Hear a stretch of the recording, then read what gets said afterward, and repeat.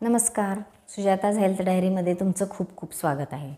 प्रत्येक स्त्रीच्या आयुष्यात मेनोपॉज ही फेज येते आणि ती पार करणं याच्याशिवाय पर्याय नाही. तर याच्यामध्ये हॉट फ्लशीज होतात, मूड स्विंग्स होतात, नैराश्य येतं, परत डेफिशियन्सीज होतात.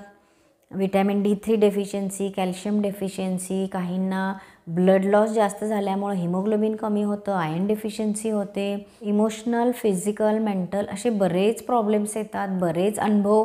प्रत्येक स्त्रीला हे वेगळे अनुभव येतात. तर मेनोपॉजमध्ये काय काय होतं याचा अभ्यास करणं किंवा याची माहिती करून घेणं प्रत्येक स्त्रीला अत्यंत गरजेचं आहे. कारण काही स्त्रिया भीतीपोटी गर्भाशयाची पिशवी काढून घेतात किंवा भीतीपोटी आता यातून आपल्याला पुढं काहीतरी होईल, कॅन्सर होईल, अजून काहीतरी होईल, या भीतीपोटी गर्भाशयाची पिशवी काढून टाकण्याचं प्रमाण जास्त वाढलेलं आहे. तर या फेजमधून मीही गेले. मी जवळजवळ 7 डॉक्टरांना कन्सल्ट केले आणि त्याच्यानंतर या पिरियडमध्ये 4 वर्ष मी घालवलेली आहेत. या 4 वर्षामध्ये बरेच अनुभव आलेले आहेत मला आणि 4 वर्षानंतर मी त्यातून अलगद बाहेर आलेली आहे. तर सुरुवातीला मलाही या फेजमधून जाण्यासाठी काही प्रयत्न करावे लागले. मला ब्लड लॉस खूप होत होतं, त्यामुळं मी पहिल्या डॉक्टरकडे गेले तर त्या डॉक्टरांनी सांगितलं की 2 दिवसात आपण गर्भाशयाची पिशवी काढून टाकू. कारण की गर्भाशयाची पिशवी मोठी झालेली आहे, त्याचं आवरण किंवा त्याचं अस्तर जे असतं, इनर लायनिंग जे असतं त्याचं काहीतरी प्रॉब्लेम आहे वगैरे वगैरे आणि आपण पिशवी काढून टाकू. तर माझे मिस्टरही होते त्यावेळी माझ्याबरोबर.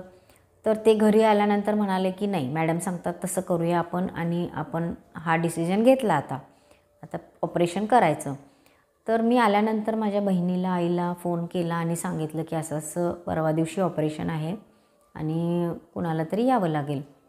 तर रात्री माझ्या बहिणीचा फोन आला. जवळजवळ तिने 4-5 वेळा फोन करून सांगितलं की तू परवा करायचं असेल ऑपरेशन तर करून घे, पण उद्या इकडे ये आणि आपण अजून एका डॉक्टरला कन्सल्ट केल्याशिवाय ऑपरेशन करू नको. तर तिच्या आग्रहाखातर मी गेले तिथं, दुसऱ्या डॉक्टरना कन्सल्ट केलं आणि माझ्याकडे सगळे रिपोर्ट्स होते. ब्लड रिपोर्ट, सोनोग्राफी रिपोर्ट, हे सगळे रिपोर्ट होते. तर ते मी रिपोर्ट दाखवल्यानंतर ते डॉक्टर म्हणाले की तुमचे सगळे रिपोर्ट्स नॉर्मल आहेत, तर कशाला गडबड करता. आणि त्यांनी चेक केल्यानंतर सांगितलं की इतकी काही इमर्जन्सी नाही आहे आणि आपण 6 महिने वाट बघू. HB वाढण्यासाठी काही सप्लिमेंट्स दिल्या आणि हे 6 महिने घ्या तुम्ही म्हणून सांगितलं. पण माझं हिमोग्लोबिन व्यवस्थित होतं, ब्लड रिपोर्ट चांगला होता, त्याच्यामुळे मी त्या गोळ्याही घेतल्या नाहीत. 6 महिने असेच गेले आणि 6 महिने परत माझा ब्लड लॉस चालूच होता. तर मी परत एका डॉक्टरांकडे गेले तर परत त्यांनी सांगितलं की नाही, पुढच्या आठवड्यात आपण पिशवी काढूया, तुमचं ऑपरेशन करावं लागेल आणि पुढं जाऊन तुम्हाला त्याचा त्रास होईल किंवा पुढं जाऊन तुम्हाला काहीतरी प्रॉब्लेम होईल. तर परत माझ्या डोक्यात तो किडा वळवळायला लागला की आता काय करायचं, आता ऑपरेशन करायला सांगितलं आहे. मग मी परत सगळे रिपोर्ट्स केले, परत ब्लड टेस्ट केले, सोनोग्राफी केलं आणि ह्यावेळी मी पेप्समियरही करून घेतलं. तर हे सगळे रिपोर्ट्स घेऊन मी परत 4थ्या डॉक्टरकडे गेले आणि ते पाटील डॉक्टर होते आमचे नेहमीचे. तर ते म्हणायला लागले की एवढे सगळे रिपोर्ट्स नॉर्मल आहेत तर कशाला घाबरायचं, काही कारण नाही आहे आणि लगेच काय ऑपरेशन करण्याची गरज नाही. मग तिथून आल्यानंतर मी सरळ होमिओपॅथी डॉक्टरकडे गेले आणि त्यांनी मला काही गोळ्या दिल्या आणि सांगितलं की हे 3 महिने घ्या आणि त्याच्यानंतर आपण बघू. तर त्या गोळ्यांनी मला 3-3 महिन्याला पिरियड्स यायला लागले आणि ब्लड लॉसही थोडा कमी व्हायला लागला. तर त्याच्यानंतर पण त्या मेडिसिनना थोडे रिस्ट्रिक्शन्स होते की 3 महिन्यानंतर ह्या गोळ्या मी देऊ शकणार नाही असं म्हणाले ते मॅडम. त्याच्यामुळं त्यात 6 महिने अगदी व्यवस्थित गेले आणि पुन्हा ब्लड लॉस व्हायला लागला. मग आता 4 डॉक्टर झाले पण हा त्रास काय कमी होत नाही. 2 वर्ष उलटून गेली. तर आत्ता माझी बहीण आणि आई जे मला गडबड करू नको म्हणत होते, आता ते प्रेशर करायला लागले की नाही, आता एवढी वर्ष गेली तर आता आपण गर्भाशयाची तुझी पिशवी काढून टाकू. पण मी ठाम होते की नाही, जोपर्यंत डॉक्टर सांगत नाहीत की खूपच प्रॉब्लेम आहे आणि पिशवी काढायला पाहिजे, तोपर्यंत काढायचं नाही असं मी ठरवलं होतं. तर त्याच्यानंतर एक 6 महिने गॅप टाकला, परत होमिओपॅथी मेडिसिन घेतलं. असं मी 1 वर्षभर केलं आणि तो 1 वर्ष व्यवस्थित गेला. त्याच्यानंतर पुन्हा तोच त्रास सुरू झाला. पण या पिरियडमध्ये माझं अजिबात हिमोग्लोबिन कमी झालं नाही, आयर्न डेफिशियन्सी झाले नाही किंवा फिजिकल, मेंटल, इमोशनल मला काहीही प्रॉब्लेम नव्हता. कारण मी खूप माझ्या शेड्यूलमध्ये बिझी होते, त्याच्यामुळे मला काही त्रास नव्हता. तर कशासाठी ऑपरेशन करायचं हा विचार माझ्या मनात यायला लागला. मग एका दिवाळीच्या आधी माझे मिस्टर, माझी मुलगी, माझी माहेरचे सगळे प्रेशर करायला लागले की नाही आता पिशवी तुझी काढून टाकूया. तर ठीक आहे म्हटलं मी. परत पुढं जाऊन काहीतरी प्रॉब्लेम व्हायला नको म्हणून मी डॉक्टरांची अपॉइंटमेंट घेतली. तर युटरस काढायचं हे ठरलं. सगळ्या ब्लड टेस्ट केल्या आणि उद्या ॲडमिट होणार होते. तोपर्यंत मी आज डॉक्टरांना भेटले. डॉक्टरांना म्हटलं की डॉक्टर पुढं 8च दिवस दिवाळी आहे आणि इतकी गडबड नसेल तर मी दिवाळी झाल्यानंतर येते. डॉक्टर म्हणाले ठीक आहे, इतकी काही इमर्जन्सी नाही आहे, दिवाळी झाल्यानंतर निवांत या. मी तिथून जे आले ते पुन्हा वर्षभर डॉक्टरांकडे गेले नाही. परत मी होमिओपॅथी मेडिसिन चालू केले आणि परत थोडं 1-6 महिने त्याच्यामध्ये गेले. पुन्हा ब्लड लॉस व्हायला लागला. मग मी माझ्या माहेरी एक डॉक्टर आहेत जे आमचे फॅमिली डॉक्टर आहेत त्यांच्याकडे गेले. तर ते म्हणाले की तुमचं क्युरेटिंग करूया आपण, गर्भाशयाची पिशवी क्लीन करूया आणि त्याच्यामुळं काय फरक पडतो का बघूया. तर मी तयार झाले आणि क्युरेटिंग करून घेतलं. गर्भाशयाची पिशवी स्वच्छ करून घेतली आणि त्याच्यानंतर खूप फरक पडला. एकदम ड्रास्टिक चेंज, खूपच फरक पडला.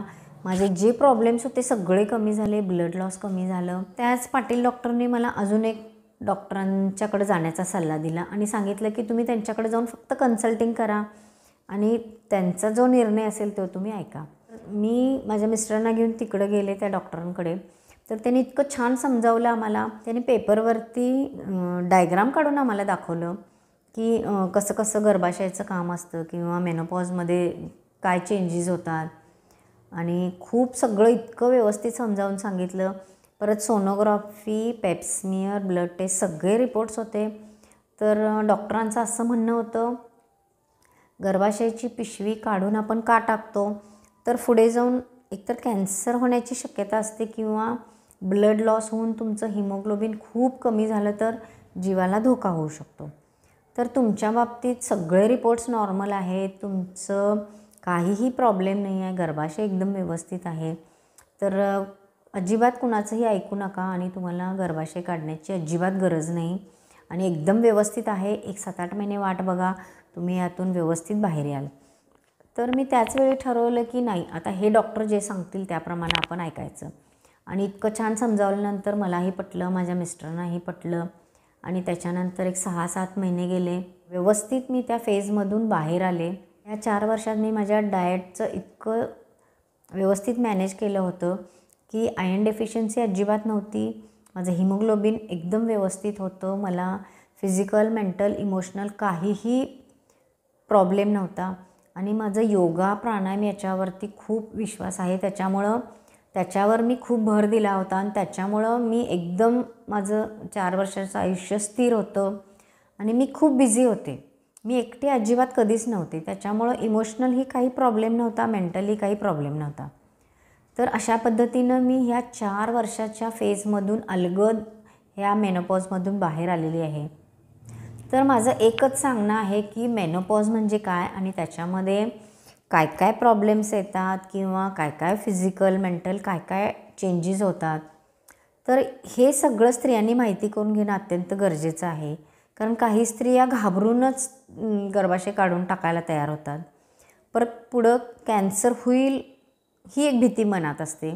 फक्त दर 6 महिन्याने आपल्याला फॉलोअप घ्यायचा आहे, सगळ्या टेस्ट करायच्या आहेत, डॉक्टरना कन्सल्ट करायचं आहे किंवा द्विधा मनस्थिती होत असेल तर तुम्ही 2-3 डॉक्टरांना कन्सल्ट करा आणि जो निर्णय घ्यायचा तो व्यवस्थित निर्णय घ्या. शेवटी डॉक्टर हे त्यातले तज्ज्ञ असतात आणि ते जे सांगतील ते आपल्याला ऐकावंच लागतं किंवा त्यांचं मार्गदर्शन हे घ्यावंच लागतं.